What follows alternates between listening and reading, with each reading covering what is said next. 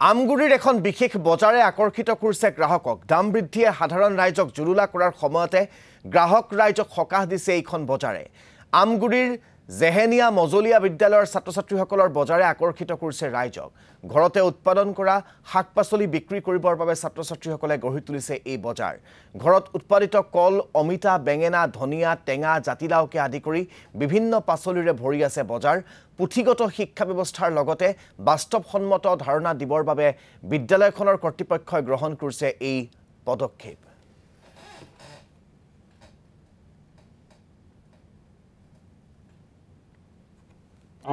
আজি আমাৰ জেহেনিয়া মজলীয়া বিদ্যালয়ত শিশুসকলক ছাত্ৰ-ছাত্ৰীসকলক আজি আমি বাস্তৱসন্মত জ্ঞান, সংখ্যাৰ ধাৰণা, বজাৰৰ ধাৰণা আৰু তেওঁলোকৰ যি কথোপকথন আৰু সমাজৰ যি ধাৰণা, এই ধাৰণা দিবৰ বাবে বাস্তৱসন্মত ধাৰণা দিবৰ বাবে আজি আমি জেহেনিয়া মজলীয়া বিদ্যালয়ত আমি শিশু বজাৰ অনুষ্ঠিত কৰিছোঁ।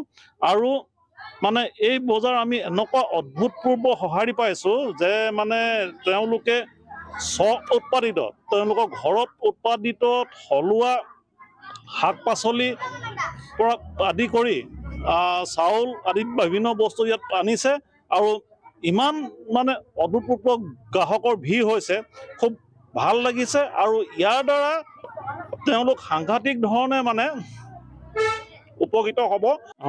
আজি আমাৰ